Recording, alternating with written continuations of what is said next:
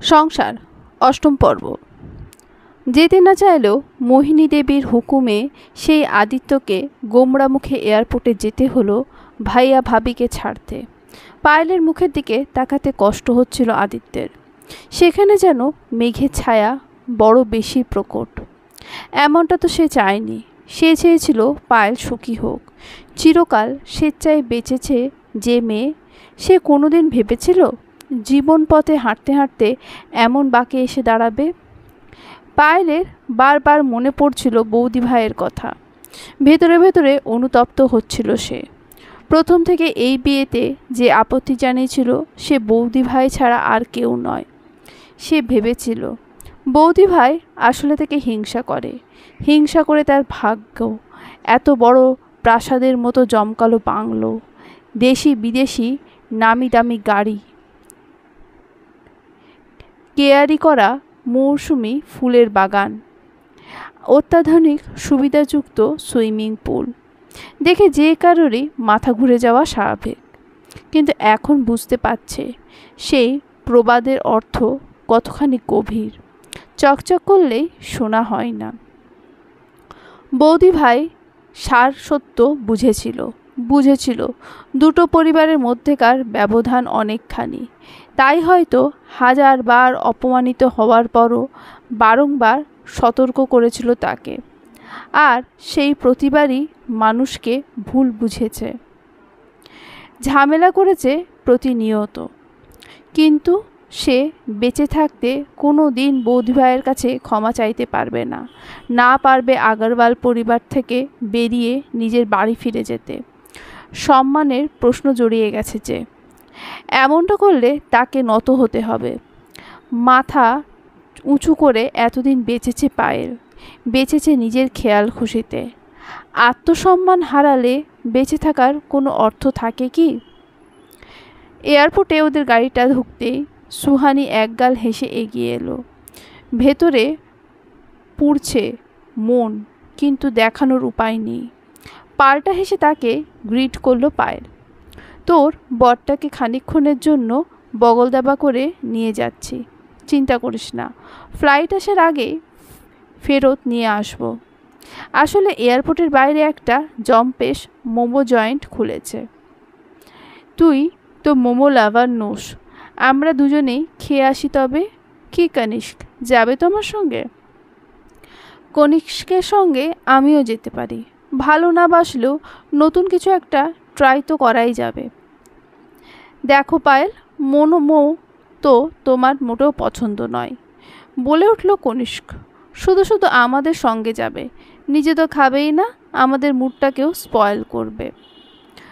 তোমার বউ কিন্তু রেগে যাচ্ছে এবার, ঈষৎ শ্লেষ মেশানো কণ্ঠে বলে উঠল সোহানি। পায়েলকে আমি ভয় করি নাকি? কনিষ্কে ঠোঁটে মুচকি হাসি। বিয়ের আগে থাকতে আমরা বন্ধু, বিয়ে হয়েছে তো কি, বন্ধুকে আবার কেউ ভয় পায় নাকি? তাছাড়া পায়েল এয়ারপোর্টে একা নয়, কোম্পানি দেওয়ার জন্য আদি আছে তো। এমনিতেই মোমো আমার হট ফেভারিট, আর ওয়েট করতে পারছি না। আমার জন্য pan fried chicken cheese momo মনে থাকবে? দুজনে গল্প করতে করতে এগিয়ে চলেছে। সেদিকে তাকিয়ে পায়েলের চোখে জল উপচে এলো, গাল বেয়ে ঝরে পড়ল। মেঝে শুষে নিল জলের ফোঁটা। এ কেমন হানিমুনে যাচ্ছে সে? কেন যাচ্ছে? এর চেয়ে হানিমুনে না গেলেই বোধহয় ভালো হতো। কিরে, তুই কাঁদছিস? অবাক গলায় প্রশ্ন করল আদিত্য। তোকে তো লড়াকু মেয়ে বলেই জানতাম। তোর মতো মেয়েরা যদি এত সহজে ভেঙে পড়ে তাহলে বাকিরা কি করবে? পায়েলের দিকে টিস্যু এগিয়ে দিল আদিত্য। আমার জায়গায় থাকলে তুই বুঝতিস আমার মনের অবস্থা এখন কি। এতদিন ধরে কথাবার্তা বলছি, কিন্তু একবারের জন্য বুঝতে পারিনি কনিষ্ক মেরুদণ্ডহীন। আর তোকেই বা এসব কথা বলছি কেন? তুই নিজেও তো তাই। দাদি অন্যায় কথা বললেও তোরা কেউ প্রতিবাদ করার সাহস দেখাস না, মাথা নিচু করে সব কথা মেনে নিস। তোরা এমন কেন? বাড়ির একজনেরও ভুলকে ভুল বলার মতো সাহস নেই? দিনের পর দিন বয়সের দোহাই দিয়ে একজন মানুষ অন্যায় করে চলেছে, আর তোরা সেটা মাথা নত করে মেনে নিচ্ছিস? মেনে না নিয়ে উপায় নেই রে। আগারওয়াল পরিবারের দিনের পর দিন যে কঠোর নিয়মানুবর্তিতা চলে এসেছে তাকে মানতে আমরা সবাই বাধ্য। তার ব্যত্যয় ঘটায় এমন মনের জোর আমার নেই। আমার মনে হয় আমাদের কারোরই নেই। তাতে তুই আমাকে মেরুদণ্ডহীন বললেও আমায় সেটা মেনে নিতে হবে। এনিওয়ে, একটু কফিতে গলা ভিজাবি? আমার চেষ্টা পাচ্ছে। এয়ারপোর্ট হলেও এখানকার ক্যাপুচিনোটা মোটের ওপর মন্দ বানায় না। পায়েল কিছুই বলল না। মৌন সম্মতির লক্ষণ। ধরে নিয়ে আদিত্য দুজনের জন্য কফি আনতে গেল। ওয়ালনাট ব্রাউনিতে ছোট একটা কামড় দিয়ে অবাক চোখে আদিত্যের দিকে তাকালো পায়েল। তোর এখনও মনে আছে আমি ওয়ালনাট ব্রাউনি পছন্দ করি? বিড়বিড় করল আদিত্য। তো সব পছন্দ অপছন্দ আমার মনের মণিকোঠায় প্রথম দিন থেকেই গেঁথে আছে। দুর্ভাগ্য আমার, তোকে জানানোর সুযোগটুকুও পেলাম না। তার আগে ভাইয়া দুজনের মাঝে সিটটা অকুপাই করে ফেলল। দেখলাম তুইও রাজি, তাই আমি নিঃশব্দে দুজনের কাছ থেকে সরে এলুম। আপন মনে কি বিড়বিড় করছিস? পায়েল আদিত্যকে ঠেলা দিল। কিছু না, তোর কফি ঠান্ডা হয়ে যাচ্ছে, তাড়াতাড়ি খেয়ে নে। গম্ভীর কণ্ঠে বলে উঠল পায়েল। তুই আর কনিষ্ক না পারলেও তোর দাদির তৈরি ওই অচলায়তন আমি ভাঙবই ভাঙব। এই একবিংশ শতাব্দীর শেষে দাঁড়িয়েও ভদ্রমহিলার চিন্তাধারা এখনও মধ্যযুগে পড়ে আছে। সম্মান আর বংশমর্যাদা এছাড়া মুখে কোনো কথাই নেই। বাকি মানুষজন, তাদের পরিবারের যেন কোনো সম্মানই নেই। বংশ বংশ বংশ বংশ ধুয়ে কি জল খাবে? কিসের বংশ পায়েল? কী সব উল্টোপাল্টা বলছো তুমি আদিকে? কনিষ্ক কখন পেছনে এসে দাঁড়িয়ে উত্তেজিত পায়েল টেরও পায়নি। কিছু না রে ভাই, সাময়িক রাজনীতি নিয়ে আলোচনা হচ্ছিল। আর কত অবাক করবে পায়েল, তুমি রাজনীতিও বোঝো? কনিষ্কের ঠোঁটের কোণে ফুটে ওঠা ব্যঙ্গাত্মক হাসি পায়েলের চোখ এড়ালো না। ঠোঁট কামড়ে নিজেকে সামলে নিল সে। ওই একটু আধটু চর্চা করতে আমার ভালো লাগে। তোমার পছন্দের ফ্লেভারের মোমো পেলে? ইয়েস, কি দারুণ টেস্ট, তুমি কল্পনা করতে পারবে না। Momo with chilli oil, what a interesting combo. সবাই মোমো লাভার হয় না কোনি। মোমোর টেস্ট বোঝার জন্য স্পেশাল পার্সন লাগে।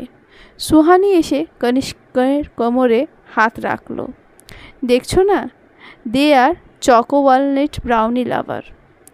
উত্তেজিত কণ্ঠে কনিষ্ক বলে উঠল।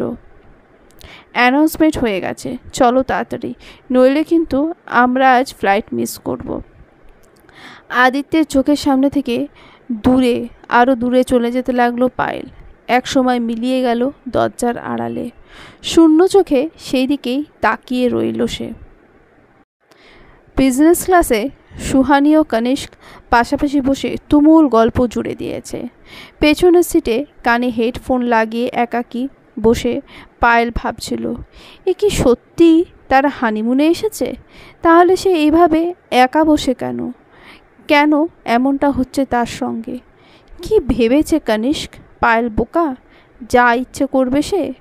আর বিয়ে করেছে বলে চুপ করে সে সবটাই মেনে নেবে?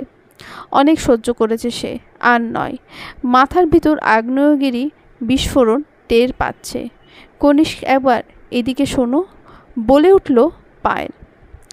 এখন আবার আমাকে কেন দরকার? মাঝ আকাশে এত কি জরুরি কথা তোমার? কনিষ্কের বিরক্তি মাখা গলা ভেসে এলো। এইটুকু তো সময়, একটু চুপচাপ বসে থাকতে পারছো না? কি করবে, কি বলবে, কিভাবে রিয়্যাক্ট করবে, কিছুই যেন বুঝে উঠতে পারছে না পায়েল। শেষে বিরক্ত হয়ে সেলফি তুলতে লাগলো। বিজনেস ক্লাসে এই প্রথমবার জার্নি করছে সে, কিন্তু কনিষ্ক তার সঙ্গে এমনটা করলো। মাথার ভিতর নানা শব্দবন্ধ পাক খাচ্ছে।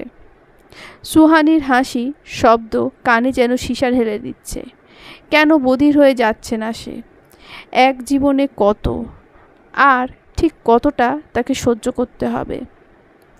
মা কি বুঝতে পারছে তার আদরের মেয়ে কতখানি কষ্টে রয়েছে? সুবেশা এয়ার হোস্টেস কখন সামনে এসে দাঁড়িয়েছে, নরম স্বরে বলে উঠল, ম্যাম, আপনি কোন ধরনের মিল প্রেফার করবেন?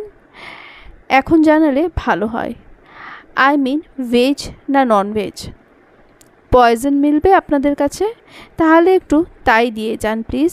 খেয়ে মনের জ্বালা জুড়ায়। কি কি বলছেন কি আপনি? চাপা গলায় বললেও পায়েলের পুরো কথাটাই ভদ্রমহিলার কানে গেছে। আর শোনার পর তিনি ভীষণ রকমের হকচকিয়ে গেছেন। পরিস্থিতি মার্জিত ব্যবহার ভুলে এক প্রকার তুতলে উঠেছেন। আপনি আপনি কিছু না, আপনি দেখছি ভীষণ ঘাবড়ে গেছেন। একটা প্র্যাঙ্ক ভিডিও শ্যুট করছিলাম, প্লিজ নেভার মাইন্ড। আমায় নন ভেজ দেবেন।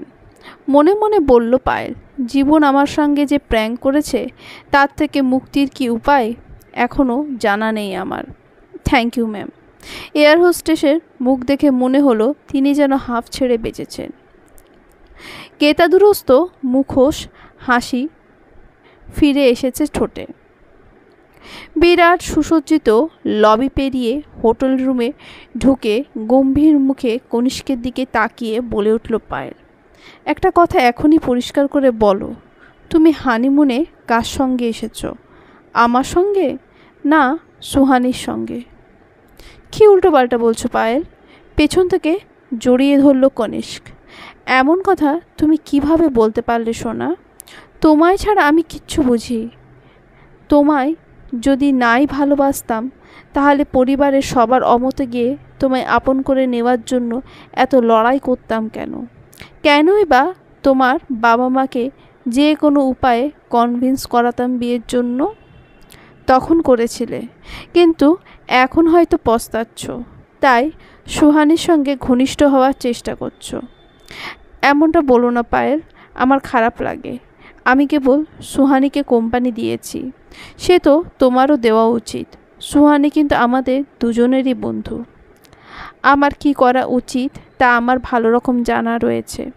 চাপা স্বরে বলে উঠল পায়েল, আজ সুহানির সঙ্গে ফ্লাইটে বসে কি করছিলে তুমি?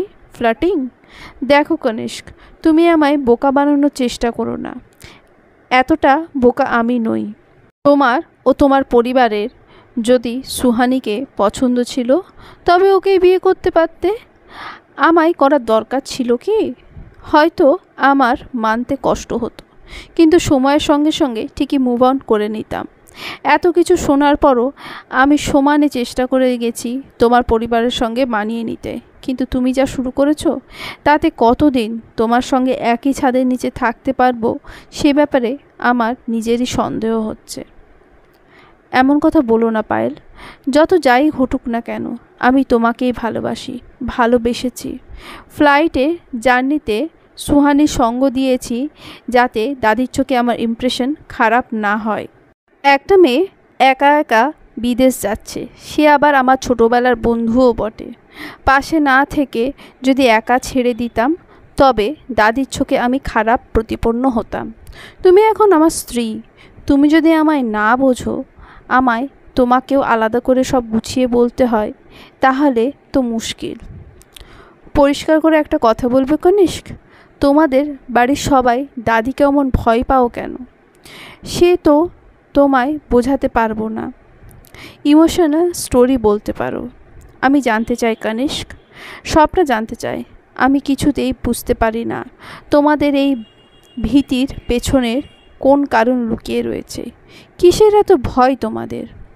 কারণটা বৈষয়িক, কিন্তু এই কাহিনীর সঙ্গে একটা গভীর আবেগের গল্প জড়িয়ে রয়েছে। পুরোটা শুনলে হয়তো তুমি হেসে বলবে, 70-এর দশকে সিনেমার গল্প শোনাতে এলে নাকি?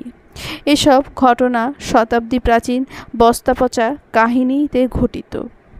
তাও শুনি, তোমার দাদি মোহিনী দেবী তো আর এই যুগের আধুনিকা রমণী নন। তার যথেষ্ট বয়স হয়েছে, তার কাহিনীর সঙ্গে এই যুগের প্রেক্ষাপটের মিল থাকা সম্ভবও নয়, আমি বুঝি। আহ পায়েল, এভাবে বলো না, খারাপ লাগে দাদিকে এভাবে বললে। এর সঙ্গে আমাদের পরিবারের আবেগ জড়িয়ে আছে। এক নিটোল গল্পের মতো শুনতে লাগলেও এটা একান্তই বাস্তব। আমার গ্র্যান্ডফাদার যুগল কিশোর আগরওয়ালের ট্রান্সপোর্টের বিজনেস ছিল, সঙ্গে কোল্ড স্টোরেজ, ধানকল, ছড়ানো ছিটানো ব্যবসা। বুঝতেই পারছো। তুমি হয়তো জানো না যে কোনো বড় বিজনেসের মূলত লোনেই চলে। নগদ কার কাছে কত থাকে, ব্যাংক থেকে লোন নিয়েই কারবার বাড়াতে হয়। একবার দাদাজি ট্রান্সপোর্ট বিজনেসে ভারী লোকসান হয়। এমনটা যে হতে পারে দাদাজি হিসেবের মধ্যেই ছিল না। সময় মতো ব্যাংকের কিস্তি না দিতে পারলে লোক বাড়িতে এসে অপমান করে যাবে, এই আতঙ্কে দাদাজির হার্ট অ্যাটাক হয়। শরীরে হিমোগ্লোবিনের পরিমাণ কম ছিল। এমার্জেন্সি অপারেশনের পর ডাক্তার জানান রোগীকে বাঁচাতে এক্ষুনি 2 বোতল রক্ত লাগবে। দাদিরও ও নেগেটিভ ব্লাড গ্রুপ, সর্বজনীন ডোনার। বাচ্চাদের ভাবির কাছে রেখে দাদি রক্ত দেয়। দাদাজি সে যাত্রায় প্রাণে বেঁচে যান। বাড়ি ফেরার পর দাদিজি বাপের বাড়ি থেকে পাওয়া নিজের সব গয়নাগাটি দাদাজির হাতে তুলে দেন। সেগুলো বন্ধক রেখে ব্যাংক লোনের বেশ কয়েকটা কিস্তি মেটানোর বন্দোবস্ত হয়ে যায়। বিজনেসে দাদাজিকে পরামর্শ দিতে শুরু করেন। এক প্রকার দাদির পরামর্শ মেনেই দাদাজি ঘুরে দাঁড়ান। আমাদের আগরওয়াল ম্যানশন তৈরি হয়। টেক্সটাইল বিজনেসে আগরওয়াল নামটা হয়ে ওঠে। আজ আমাদের রমরমা তো তুমি নিজের চোখেই দেখছো। যদি রাগ না করো একটা কথা বলবো, জরুরি কথা। সন্ধ্যাবেলা ফিরে চা খেতে খেতে মায়ের দিকে তাকালো সুজয়। সেবার তো আর একসঙ্গে ঘুরতে যেতে পারলাম না।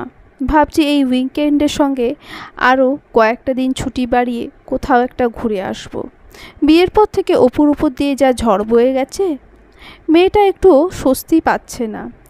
একঘেয়ে পরিবেশ থেকে খানিক বেরোতে পারলে হয়তো ভালো লাগবে। তোদের যেটা ভালো লাগে তাই করবি, আমায় কেন বলছিস?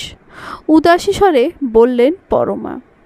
তবে একটা কথা অপু, দুজনে মিলে যাচ্ছ যখন আনন্দ অবশ্যই করবে, কিন্তু যেখানে যাবে যা করবে সাবধানে করবে।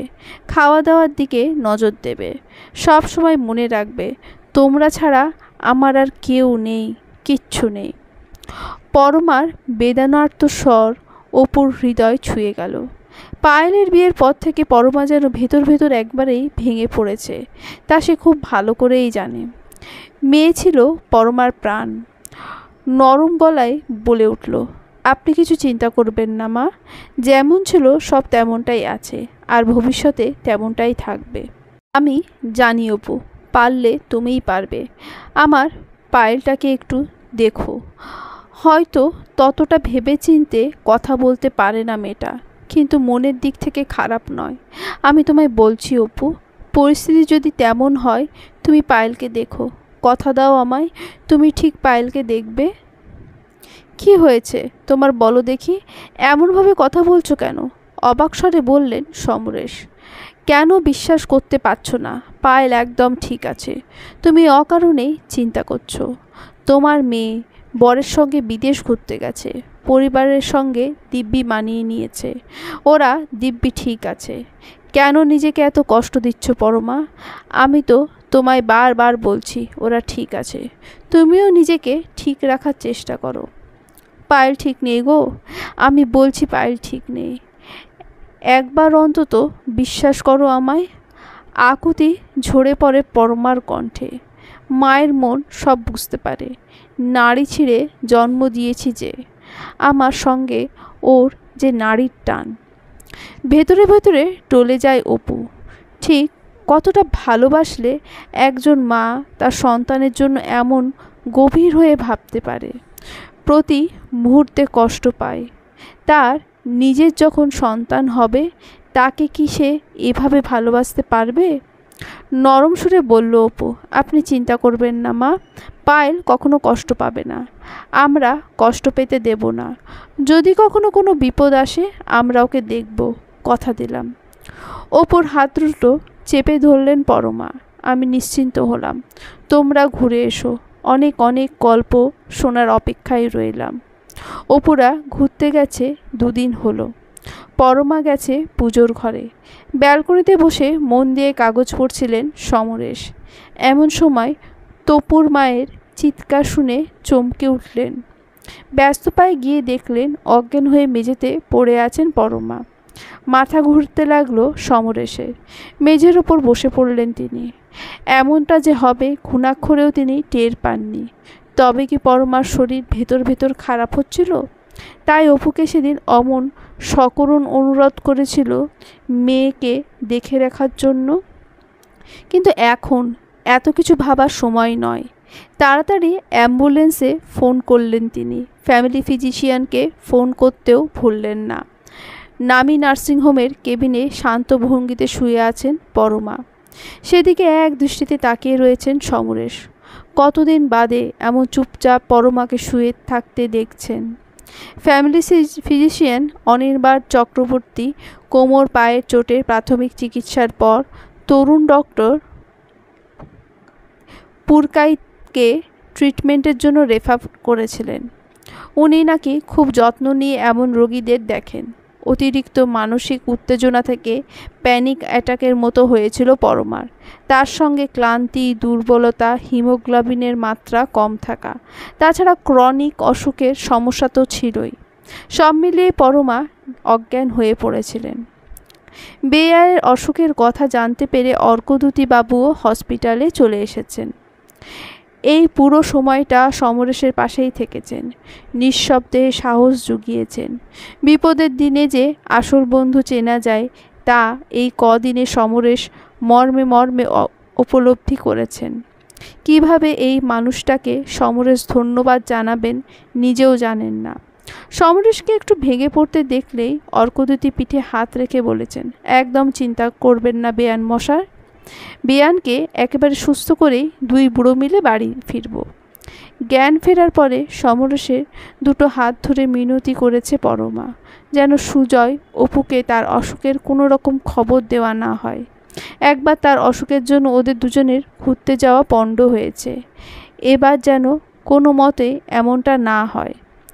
ছেলে মেয়ে দুটো ভালো করে ঘুরে আসুক। চিকিৎসার পর তো সে এখন অনেকটাই সুস্থ। ভয়ের যখন কিছু নেই তখন খামোখা দুজন কেন তড়িঘড়ি করে ফিরে আসতে যাবে।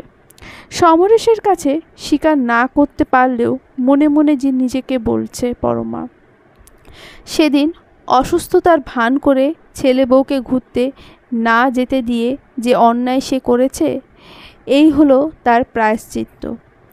অর্কদ্যুতিও তখন কেবিনের সোফায় বসেছিলেন। পরমার শনিবন্ধ অনুরোধে তিনিও মেয়ে জামাইকে কিছু বলে উঠতে পারেননি। 3 দিন হসপিটালে থাকার পর আজ পরমার ছুটি।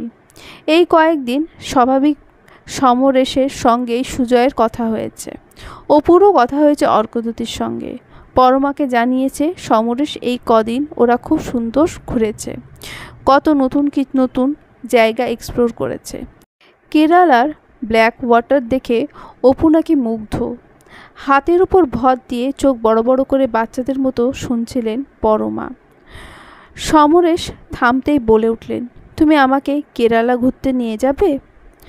এখন তো কোথাও যাওয়া হবে না মাসিমা, শুধু কয়েকটা দিন চুপচাপ রেস্ট নিতে হবে, একেবারে বেড রেস্ট।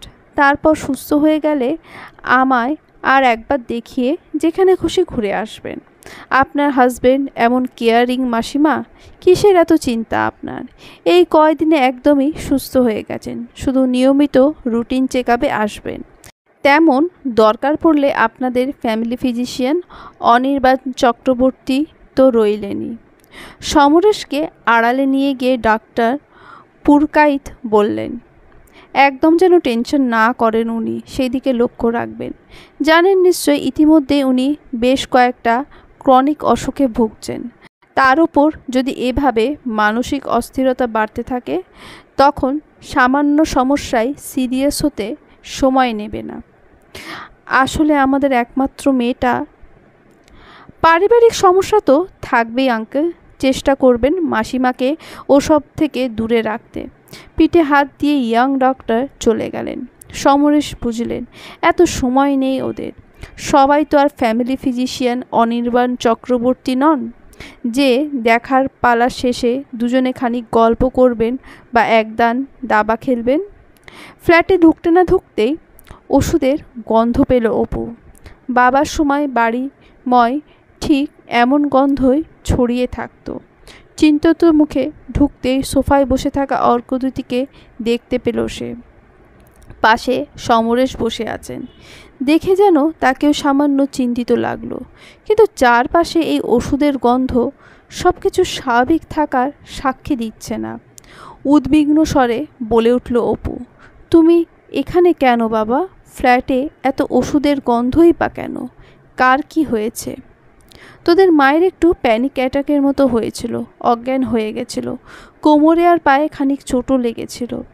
ওষুধ আর চিকিৎসার পর এখন সে অনেকটাই ভালো আছে, তবে ডাক্তার পুরোপুরি বেড রেস্টের কথা বলেছেন। অর্কদ্যুতির পরিবর্তে সমরেশ বলে উঠলেন। ততক্ষণে ক্যাবের ভাড়া মিটিয়ে লাগেজ সমেত সুজয়ও দরজায় এসে দাঁড়িয়েছে। মায়ের এতটা শরীর খারাপ, অথচ একটা খবরও দিলে না বাবা? এতটাই পর ভাবো আমাদের। কনিষ্কের সামনে দাঁড়ালে পায়েলের ভেতরে কী যে একটা হয়ে যায় তা সে নিজেই ঠিকমতো বুঝতে পারে না। পেটের ভেতর প্রজাপতির ওড়াউড়ি চলে। এতদিন ভালোবাসার পরেও সে কনিষ্ককে ক্ষণে ক্ষণে চোখে হারায়। অমন নরম কথা শুনে পায়েলের মনটা আবারও আর্দ্র হয়ে উঠল। সত্যি বেচারা করবেই বা কী? দাদির আত্মত্যাগ তাদের বাধ্য করেছে বয়স্ক মানুষটার সব কথা মেনে চলতে, আর সেই সুযোগের পুরোপুরি সদ্ব্যবহার করে তিনিও পরিবারের মানুষগুলোকে ম্যানিপুলেট করে চলেছেন। কিন্তু কনিষ্ক যে তাকে মন প্রাণ দিয়ে ভালোবাসে সে তো আর মিথ্যা নয়। নরম সুরে বলে উঠল, আমরা দুজন হানিমুনে এসেছি কনি, এখন আবার কিসের জরুরি কথা? এখন তো কেবল ভালোবাসাবাসির সময়। তোমায় পুরোপুরি সত্যি বলিনি সেদিন, মানে চেয়েও বলতে পারিনি। আসলে হানিমুনের নাম শুনে তুমি এতটা এক্সাইটেড হয়ে পড়েছিলে যে আমার মনে হয়েছিল সেই মুহূর্তে তোমায় এই কথা বললে তুমি হয়তো ভীষণ কষ্ট পাবে। ভনিতা করো না কনি, ভনিতা আমার কোনো কালেই সহ্য হয় না। আবেগী পায়েলের অনুভূতিকে ছাপিয়ে পায়েলের রাগী সত্তা ধীরে ধীরে ফিরে আসছে। ঠিক করে বলো, কি বলতে চাও? আমরা যে এখানে এসেছি তা কেবল হানিমুনের জন্য নয়, আসলে একটা business deal, I mean collaboration. ইংল্যান্ডের একটা নামকরা কোম্পানির সঙ্গে। ওরা টেক্সটাইল, শু, কসমেটিক্স নিয়ে ডিল করে। এই চুক্তি হলে আগারওয়াল টেক্সটাইল ইন্টারন্যাশনাল মার্কেটে প্রবেশ ছাড়পত্র পাবে। তুমি বুঝতে পারছো এটা আমাদের জন্য কতটা বড় ব্যাপার। অবশ্যই সুহানির কোম্পানিও। মানে সুহানি এখানে কিভাবে আসছে? সন্দিগ্ধ চোখে কনিষ্কের দিকে তাকালো পায়েল। যে কোম্পানির সঙ্গে সুহানির কোম্পানির কোলাবোরেশন হওয়ার কথা, সেই একই কোম্পানি আগারওয়াল টেক্সটাইলের সঙ্গে কোলাবোরেশনে আগ্রহ দেখিয়েছে। এটা আমাদের জন্য একটা গ্রেট অপরচুনিটি। তুমি নিশ্চয়ই বুঝতে পারছো আমি কি বলতে চাইছি। তাই দাদি অর্থাৎ মোহিনী দেবী এত সহজেই নাতি নাতবউকে বিদেশে হানিমুনে আসতে দিতে রাজি হয়ে গেছেন। যেটুকু এতদিনে দেখেছি উনি এতটাও মহান নন। কোনো কারণ ছাড়াই এতগুলো অর্থ ব্যয় করে দুজনকে বিদেশে ঘুরতে পাঠাবেন? যদি কেবল ঘোরার ব্যাপারই থাকতো, কোনো না কোনোভাবে ঠিক সমস্যা তৈরি করে ঘোড়া বানচাল করে দিতেন। স্বগত করল পায়েল। ঠান্ডা চোখে তাকালো কনিষ্কের দিকে। পৌঁছানোর পর এই খবর তুমি আমায় দিচ্ছ কেন? এখন জেনে আমি কি করব? আসন্ন ঝড়ের পূর্বাভাস বুঝতে পেরে সতর্ক হলো কনিষ্ক। আমি তো তোমাকে আগেই বলতে চেয়েছিলাম, কিন্তু সেই মুহূর্তে তুমি এতটা খুশি ছিলে। আমি চাইনি তোমার খুশিতে কোনো মন খারাপ বাসা বাঁধুক। দেখো পায়েল, বিজনেস ফ্যামিলিতে বিয়ে করেছো তুমি, এখন তুমি আগারওয়াল পরিবারের অন্যতম সদস্য। কিছু জিনিস মেনে নিতে হয় মানিয়ে নিতে।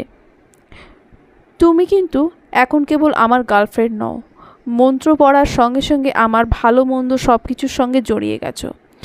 আমাদের পারিবারিক ঐতিহ্য, আমার বিজনেস স্ট্র্যাটেজি তোমাকে বুঝতে হবে। বুদ্ধিমতী বলেই আজ তুমি আমার জীবনসঙ্গিনী। আদির মুখে শুনেছি ইঞ্জিনিয়ারিংয়ের প্রতিটা সেমিস্টারে টপার ছিলে তুমি। শেষ বর্ষেও থাকবে নিশ্চয়ই। ভবিষ্যতেও কেরিয়ার গ্রোথের জন্য MBA করবে নিশ্চয়ই। বিজনেস স্ট্র্যাটেজি বোঝো না এমনটা তো হতেই পারে না। সবই বুঝলাম, শুধু তোমার স্ট্র্যাটেজিটাই এখনও ধরতে পারছি না। অদ্ভুত ভঙ্গিতে হাসলো পায়েল। তার মানে সুহানির বিজনেস মিটিংয়ের খবর, ওর ফ্লাইটের ডিটেলস অনেক আগেই তোমার জানা ছিল। সব কিছু আগে ভাগেই দুজনে বসে প্ল্যান করেছিলে তোমরা। তাহলে আমার সঙ্গে এই হানিমুনের নাটক করলে কেন? কি উদ্দেশ্য? বিজনেস মিটিংয়ে তোমরা একসঙ্গেই আসতে পারতে। ধরা পড়ে গিয়ে খানিক বিরক্ত হলো কনিষ্ক। এই সময়গুলোই পায়েলকে তার মোটে সহ্য হয় না। মেয়েটা লোভী হতে পারে কিন্তু অসম্ভব বুদ্ধিমতী। ঠিক কনিষ্কের চালগুলো ধরে ফেলে। মৃদু হেসে বুঝ দেওয়া ভঙ্গিতে বলল, সব সময় আমার কথার ভুল মানে বের করো কেন? তোমাকে তখন বললে অকারণে অশান্তি করতে। আমার কনসেন্ট্রেশনে বাঁধা পড়তো। তোমাদের মতো বাঙালি মেয়েদের এই এক সন্দেহ বাতিক স্বভাব, কোনো কিছুই স্বাভাবিকভাবে নিতে পারো না। অনেকবার তোমায় বলেছি সুহানি আর আমি জাস্ট ফ্রেন্ড, নাথিং মোর। আর তোমার দাদির পছন্দের বহু, তোমার বাবারও তাই। পারলে ওরা এখনও তোমার সঙ্গে সুহানির বিয়ে দেয়। সত্যি করে আমাকে বলো কনিষ্ক, তোমার কি সুহানিকে পছন্দ? যদি তাই হয় তাহলে নিশ্চিন্তে মুভ অন করতে পারো। জোর করে আমার সঙ্গে সংসার করার দরকার নেই। ঠিক এই জন্যই তোমায় কিছু বলতে ইচ্ছে হয় না। বিরক্তিমাখা কণ্ঠে বলল কনিষ্ক। সব কিছুতে একটা ইমোশনাল টাচ ঢোকাতেই হবে। আগেও বলেছি, এখনও বলছি, প্রাইভেট লাইফ আর বিজনেস লাইফের মধ্যেকার ব্যবধান আমি জানি। আমার প্রাইভেট লাইফ জুড়ে শুধুই তুমি আর তোমার ভালোবাসা। সেখানে সুহানির কোনো জায়গায় নেই। বুঝতে কি পারছো এবার তোমায় কতখানি ভালোবাসি আমি? এই ডিলটা হয়ে গেলে আমরা দুজন সুইজারল্যান্ড যাব। চোখের সামনে দেখবে কেমনভাবে সুইস চকলেট তৈরি হয়। ইচ্ছা হলে চাখতেও পারো। একটা সুইস মেড ডায়মন্ড সেটিংস ঘড়ির বিজ্ঞাপন দেখে তোমার পছন্দ হয়েছিল না? ওটাও কিনে দেব। আমার কাছে ঠিক তুমি কি চাইছো বলো দেখি? পায়েল সোজাসুজি তাকালো কনিষ্কের দিকে। বরাবরই এই চাউনির সামনে সামান্য গুটিয়ে যায় কনিষ্ক। তবু চেষ্টা করলো নিজেকে সাবলীল রাখতে। আফটার ডিল আমাদের নিউ বিজনেস কোলাবোরেশন উপলক্ষে কোম্পানি থেকে একটা পার্টি থ্রো করা হচ্ছে। তোমায় আমার সঙ্গে সেজে গুজে যেতে হবে। আমি জানি পার্টিতে সুহানি যাচ্ছে শুনলে তুমি বিরক্ত হবে, হয়তো যেতেও চাইবে না। কিন্তু পায়েল প্লিজ, আমার স্বার্থে এইটুকু কি করবে না তুমি? তুমি না আমায় ভালোবাসো? কখন যেতে হবে? আজ রাতেই। আমি চাই পার্টিতে আমার বউকে ফেয়ারি টেলের প্রিন্সেসের মতো লাগুক। একটা নকশা করা কাগজের ব্যাগ এগিয়ে দেয় কনিষ্ক। তোমার জন্য। মনে হয় না আগরওয়াল ফ্যামিলির বহুর জন্য এই ড্রেসটা একটু টু রিভিলিং? লেস ভেলভেট মেশানো নরম ড্রেসটা হাতে নেয় পায়েল। হতেই পারে। কনিষ্কের ঠোঁটে হাসির ছোঁয়া লাগে, কিন্তু মিসেস কনিষ্ক আগরওয়ালের স্ত্রীর জন্য নয়। এই ড্রেস ক্যারি করার পক্ষে সে একটু বেশি স্মার্ট। খানিক রেস্ট নিয়ে একটা ভালো শাওয়ার নিয়ে নাও। এই ড্রেস পরলে কেউ আর পার্টিতে তোমার দিক থেকে চোখ ফেরাতে পারবে না। সুহানি তো দূর, সুন্দরী বিদেশিনীদের দিকেও কেউ ফিরেও তাকাবে না। কমপ্লিমেন্ট পেয়ে খুশি হলো পায়েল। লালের ছোপ লাগলো গালে। শাওয়ার নিতে নিতে আপন মনেই বিড়বিড় করলো, আমি জানি কনি তুমি আমায় ম্যানিপুলেট করছো, তবু কি করব? তোমার কাছে ম্যানিপুলেট হতেও আমার ভালো লাগে। বড্ড যে ভালোবাসি তোমাকে। দেখবে আজ এমনভাবে সাজবো তোমার পায়েলকে দেখে তুমি আবারও নতুন করে প্রেমে পড়বে। চলবে।